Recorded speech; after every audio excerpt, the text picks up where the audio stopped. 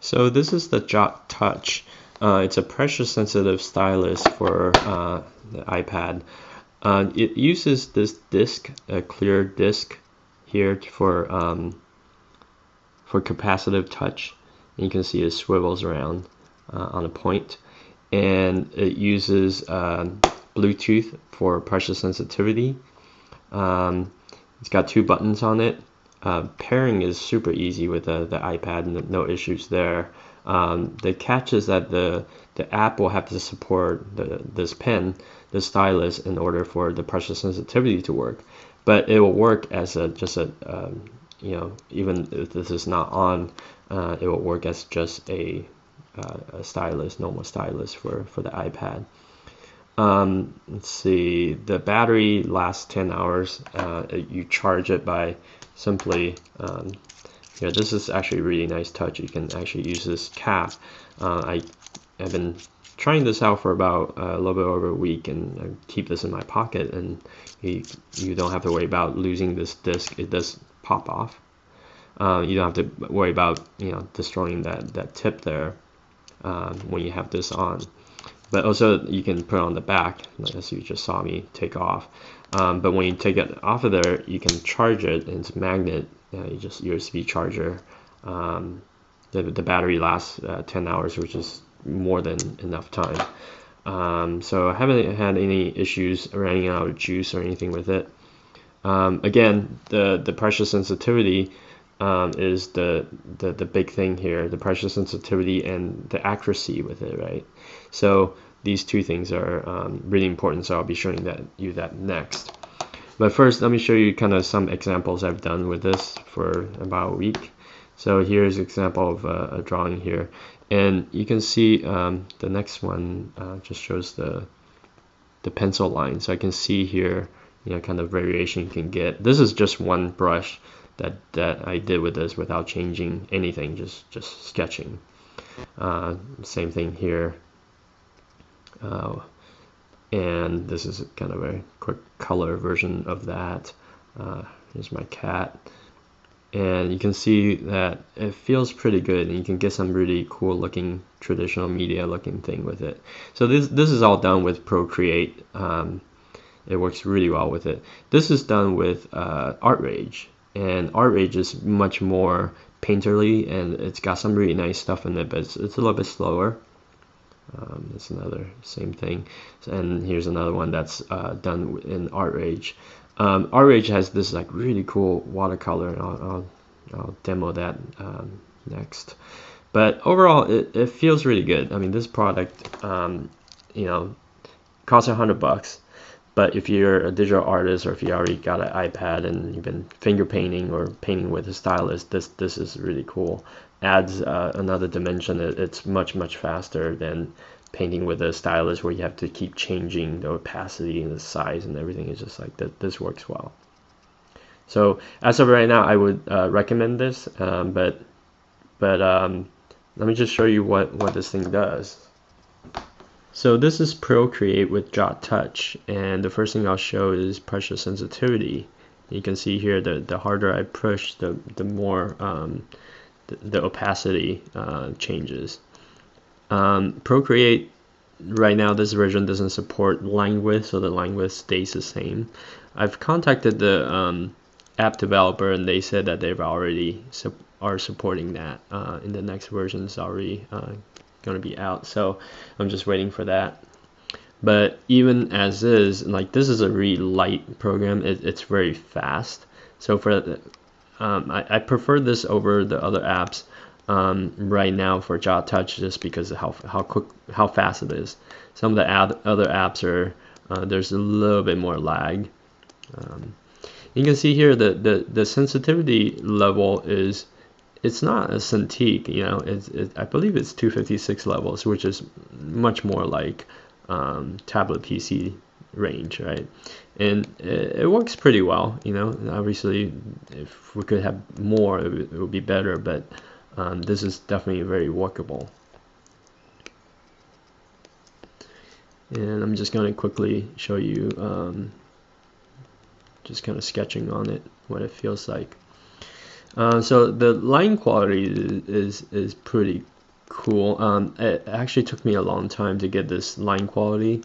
I'll share my brushes with everyone. Whoever's interested, just go to my blog. It took me probably a good hour sitting here tweaking with all these settings to get something that feels right. You know, that feels good. So anyway, I'm gonna wrap this up real quick because I want to get to another app as well. But you can see that I'm not changing any brushes, right? I've been using one brush this whole time. So if you're used to doing iPad art where you're just kind of constantly changing the opacity levels and the brush settings, you know, this is kind of speeds that up quite a bit. So I'm going to switch over, just quickly add some colors so you can see what that looks like. Okay, so again, this is pressure sensitive. I'm just kind of laying down everything, and now I'm doing a lighter. You can kind of see the opacity changes.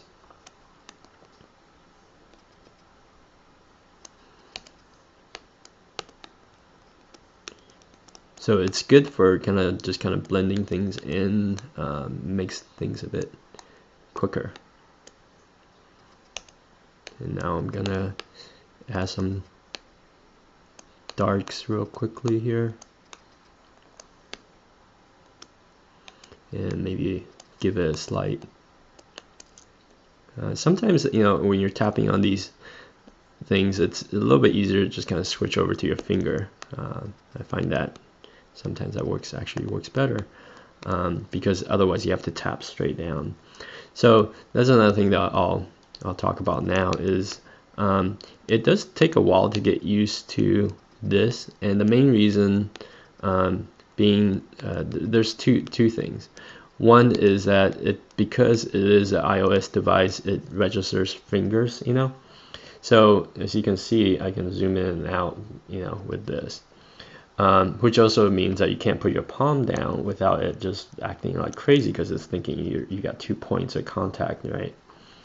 Even if you put something down here and just use it, you know, palm rejection kind of thing, it's still, you know, you're better off just kind of drawing without putting your hand down. And it does take a little while to get used to that. I would say it took me probably a couple of drawings before I was like, okay, this is you know, this is workable and it's not a big deal anymore.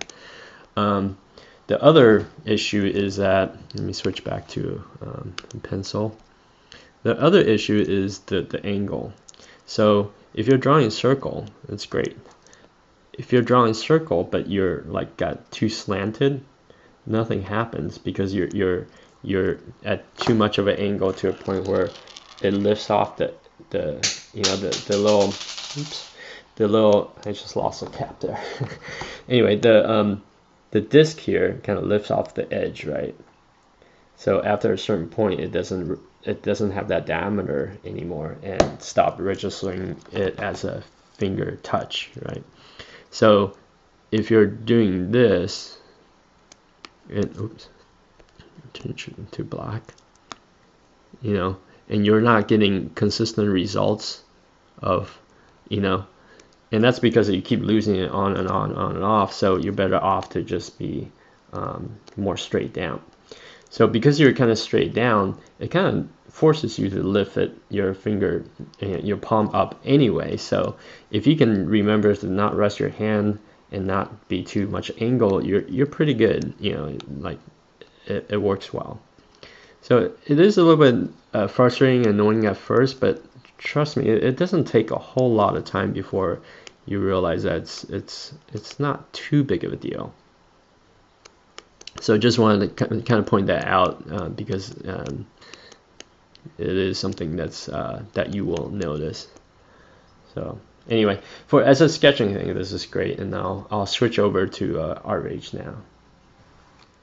This is Art Rage. It works pretty well with Jot Touch. It is a little bit more laggy, the lines and stuff, especially when you start using watercolors and various brushes. But overall, it feels pretty good. Like, like the pencil quality is incredible, because it is it's more like traditional media. And you can see here that because of the texture paper and everything, it feels cool.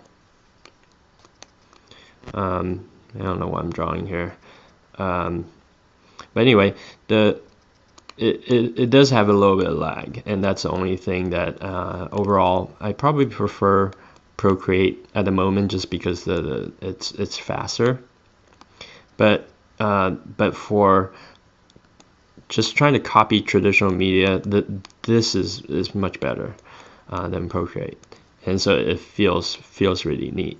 It feels like you're actually not necessarily you're drawing on paper, but you can simulate what that looks like pretty well. So you can see here it's full pressure sensitive, and all that feels good. Let me show you. Let me add a new layer. So one cool thing is the brushes here. Especially I'm really impressed with the watercolor brushes. So I'm going to quickly. I just made a layer underneath. I'm just gonna, I don't know, randomly pick how about yellow. So I'm gonna make the brushes a little bit bigger. As you can see here, it just kind of takes some time. Sometimes it's a bit slow, but still to simulate watercolor and also oil, this is great. And you'll see in a second that as I'm like, this is very similar to the real media, right? It's a little bit more predictable here, so I kind of wish that there was more variables in it, but still it feels right, and it looks cool, you know, the way that it blends everything together, and the way you would paint like you would real watercolor is pretty neat, you know. And then you can I'm gonna add a new layer. So every time you want to add when you add a new layer, it kind of gives it like the canvas is already dry kind of thing. And if it's on the same original layer, then it's like it's wet, so you can kind of blend it. So you can see here that actually these colors aren't blending into the browns and the yellows there. Oops. You can see there's sometimes this kind of weird things that just kind of zoom out and does things, and if you didn't wait for that to kind of disappear.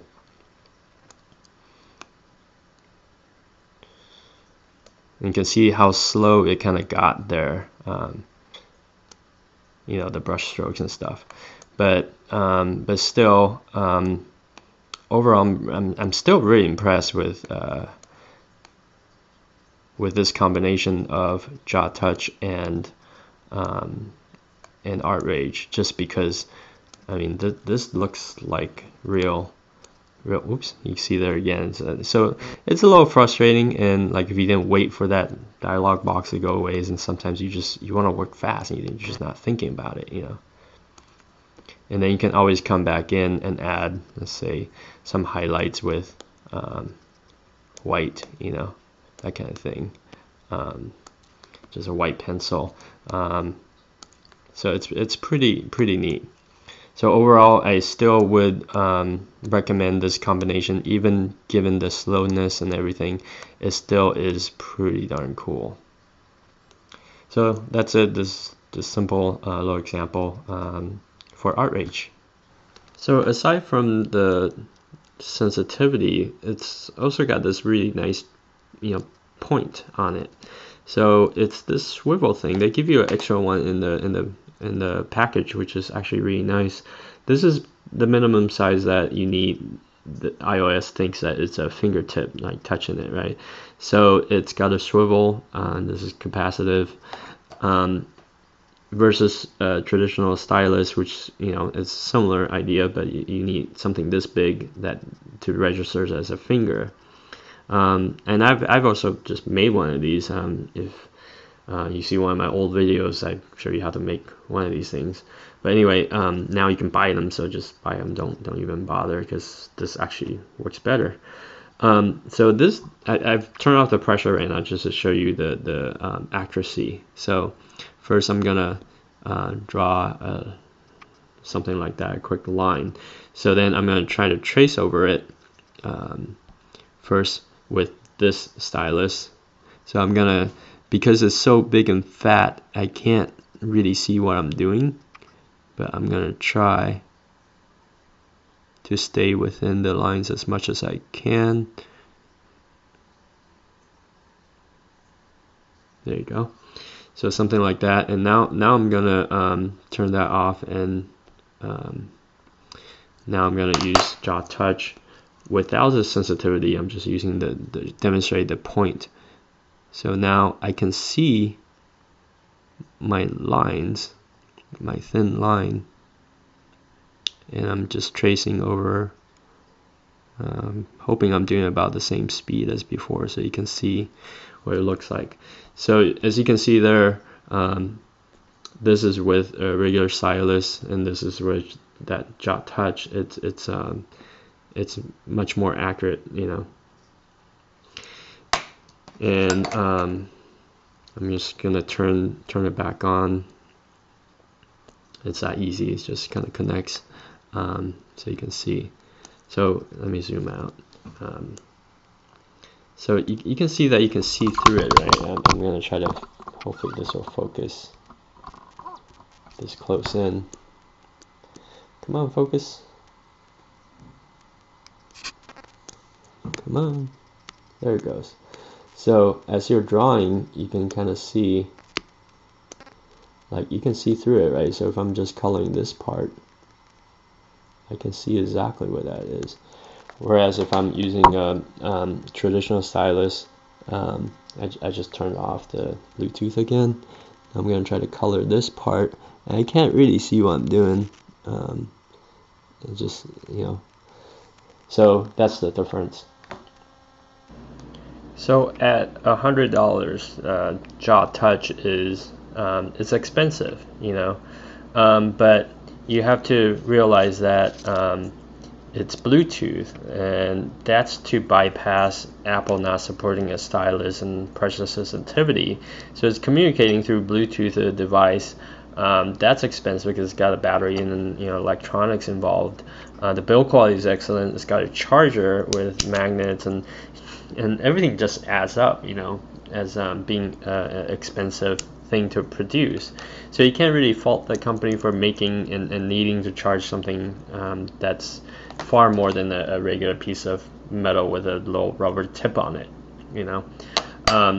So, you know, but in general, I'm very happy with this. It's a great sketching platform.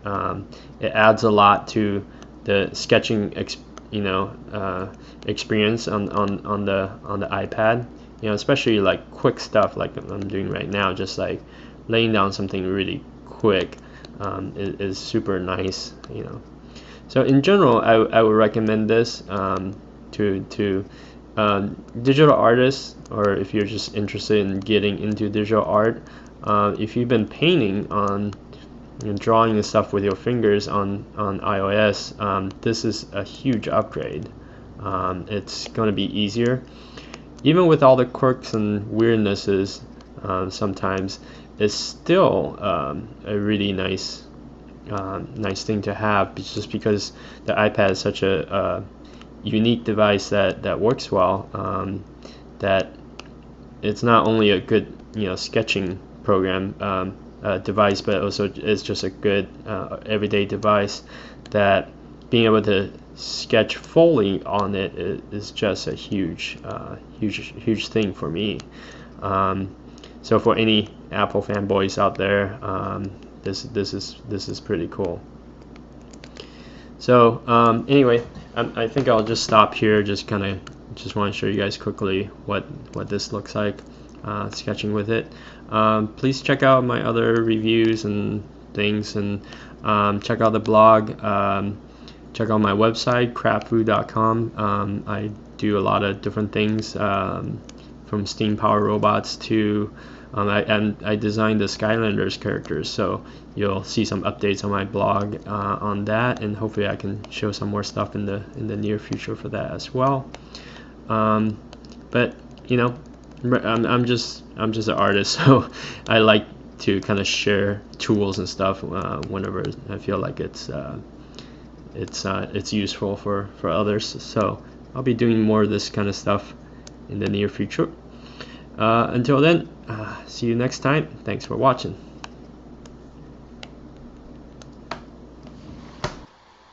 So I couldn't help but trying to modify and improve this slant angle issue. So the first thing I did is I took a Swiss Army knife and I just cut a little hole into the ball and socket joints, right, to help the angle. And I drew a little Sharpie to tell me where the angle part is. The problem is that this didn't work because you can get it low and flat, but only at that one area. So if this swivels out of the place and you're trying to angle it, it would just pop out even really easily now because there's no strength in the ball and socket joint. What did work was this. I took I don't know if you can see, yeah, there you go. The bottom one is bent. The top one is the unmodified version. The bottom one I put it in the vise and I just hammered it with a hammer softly, and maybe about 10 times, just tapped it very, very softly, and it bent just fine. That metal is really thin right there, so I was afraid it was going to break it, but it turned out okay. So let me first show you the unmodified stock version. And you can see from this camera angle that, so straight up and down, at some point I'll lose the contact about right there. I guess about 45 degrees or so, you start to lose it and you can't draw anymore. So my natural drawing, slant, it's often that the top of things don't actually get drawn in correctly, right? Now I'm going to show you this version. So the bent version allows a lot more angle. So from here, if I draw straight down and get angle it more and more and more, there's no issues getting as low as I want. I can even hold it like this and get it even lower, right? And pretty much as low as I want, and it's fine. And for my natural drawing stance, position of holding what I like, no issues. So overall, really easy mod. You do need a vise, something to hold this firmly, and tap it with a hammer, and that's it. So anyway, that's a quick little mod for you guys. Enjoy.